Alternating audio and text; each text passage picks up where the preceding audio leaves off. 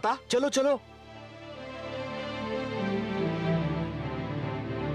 प्रहलाद, शिष्य प्रहलाद। राजकुमार, राजकुमार की सांस नहीं चल रही है, नाड़ी भी नहीं चल रही है। हम तो मारे गए भ्राता षंड। ये किस संकट में डाल दिया राजकुमार ने। अगर भगवान हिरण्यकशिपु को सूचना मिल गई तो अनर्थ हो जाएगा भ्राता।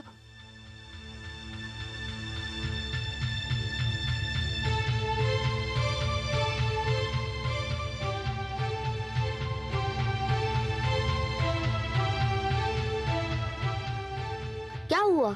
आप लोग इतने भयभीत क्यों दिखाई दे रहे हैं? भयभीत?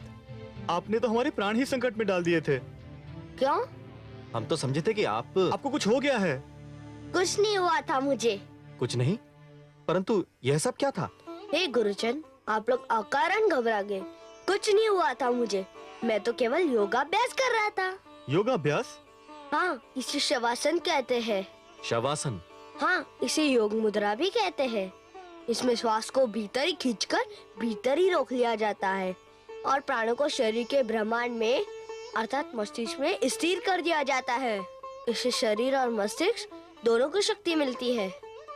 हे कमल नयन, क्षण भर के लिए तो मैं भी स्तब्ध रह गई। मुझे अचरज हो रहा था कि पुत्र प्रहलाद की जीवन लीला इतनी शीघ्र कैसे समाप्त हो गई। महादेवी, पुत्र प्रहलाद की जीवन लीला अभी तो आरंभ ही नहीं हुई है, तो वो समाप्त कैसे होगी? प्रहलाद प्राणायाम का अभ्यास कर रहा था। प्राणायाम जो योग क्रिया का एक अंश है, श्वास पर नियंत्रण पाने का गुर है। और हे देवी, श्वास जीवन का दूसरा नाम है।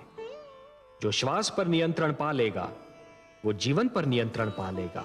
ये सब पुत्र प्रहलाद को देवर्षि ने सिखाया था। हाँ महादेवी, देवर्षि ये जानते हैं कि इस योग क्रिया का महत्व आने वाले युगों में जाकर ही जान पड़ेगा। आने वाले युगों में धरती पर जनसंख्या इतनी बढ़ जाएगी, इतने नित नए आविष्कार होंगे कि वातावरण दूषित हो जाएगा, प्राणवायु विषैली हो जाएगी। और उस समय श्वास पर यह नियंत्रण मानव के लिए बहुत उपयोगी सिद्ध होगा। आप सत्य कह रहे हैं सर्वज्ञ। आने वाले युगों में योग क्रिया हर समुदाय, हर वर्ग के स्त्री पुरुषों के लिए स्वस्थ जीवन का आधार बन जाएगी। और प्रहलाद के लिए तो यह और भी आवश्यक है महादेवी, क्योंकि अब उसके जीवन में जो घटनाएं घटने वाली हैं उनमें उसकी ये योग क्रिया ही उसका साथ देगी। प्राणायाम, श्वास पर यह नियंत्रण भू जल वायु हर स्थान पर काम आता है और उसने ये नियंत्रण क्रिया स्वयं देवर्षि से सीख ली है।